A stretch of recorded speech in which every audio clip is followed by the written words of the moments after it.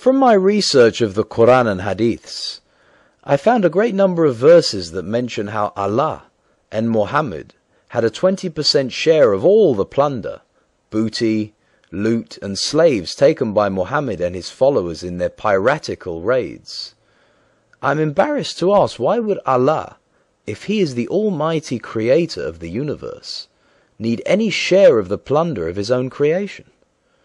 What kind of logic, morality or intellect would attribute such blasphemy to any divine entity?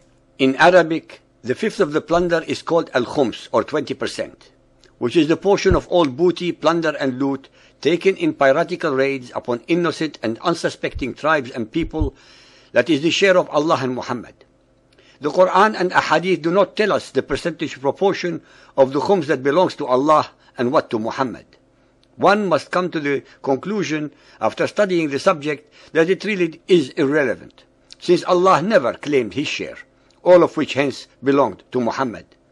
Why would Allah, the alleged creator of the universe, need a share from the booty and plunder of his own creation, as perpetrated by Muhammad and his thugs?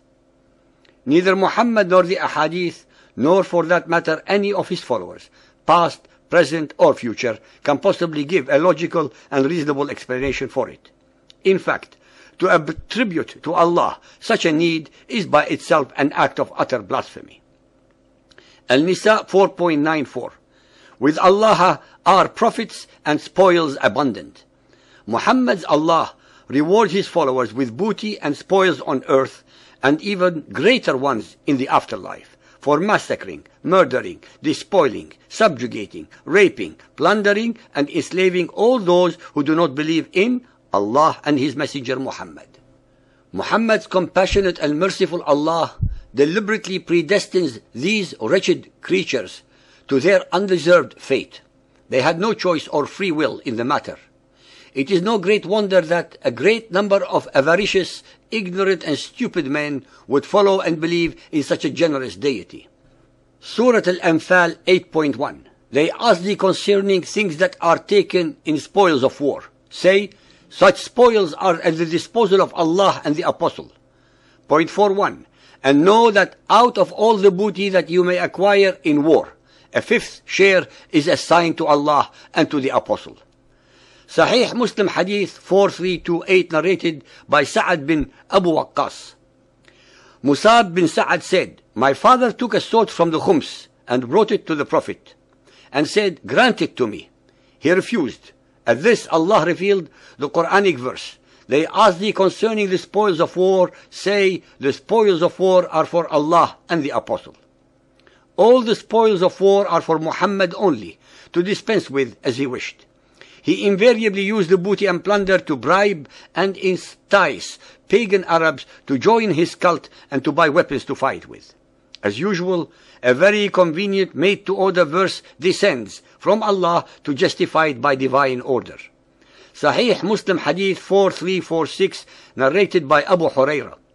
The Messenger of Allah said, if a township disobeys Allah and his Messenger and actually fights against the Muslims, 1/5 of the booty seized therefrom is for Allah and his Apostle, and the rest is for you. Sahih al-Bukhari Hadith 5.637, narrated by Buraidah. The Prophet sent Ali to bring the khums of the booty, and I hated Ali. And Ali had taken a bath after a sexual act with a slave girl from the khums. When we reached the Prophet, I mentioned that to him. He said, "Oh Buraidah, do you hate Ali?" I said, "Yes." He said, "Do you hate him? For he deserves more than that of the khums." Ali had no right to rape her without first getting permission from Muhammad. Sunan Abu Dawood Hadith 2731, narrated by Abdullah ibn Abbas. The Apostle of Allah said on the day of Badr, "He who does such and such will have such and such." The young men came forward, and the old men remained standing near the banners, and they did not move from there. When Allah bestowed victory on them, the old men said, "We were support for you. If you had been defeated, you would have returned to us. Do not take this booty alone, and we remain deprived of it." The young men refused to give, and said, "The Apostle of Allah has given it to us." Then Allah sent down, "They ask thee concerning things taken as spoils of war. Say, such spoils are at the disposal of Allah and the Apostle." Sunan of Abu Dawood, Hadith 2743, narrated by Habib ibn Maslama. The Apostle of Allah used to give a quarter of the booty as a reward after the fifth had been taken off, and a third after the fifth had been kept off, when he returned. The so-called rewards that Muhammad was giving were not actually his to start with, not as a product of honest sweat and toil, but as a product of loot and plunder. Sunan Abu Dawood, Hadith 2737, narrated by Abdullah ibn Umar. The Apostle of Allah sent a detachment to Najd.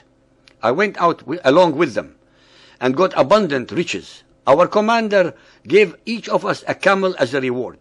We then came upon the Apostle of Allah, and he divided the spoils of war amongst us. Each of us received 12 camels after taking a fifth of it. The Apostle of Allah did not take account of our companion, that is the commander of the army, nor did he blame him for what he had done. Thus each man of us had received 13 camels with the reward he gave. Muhammadan Islam was, is, and forever will be primarily about booty, plunder, rape, and enslavement.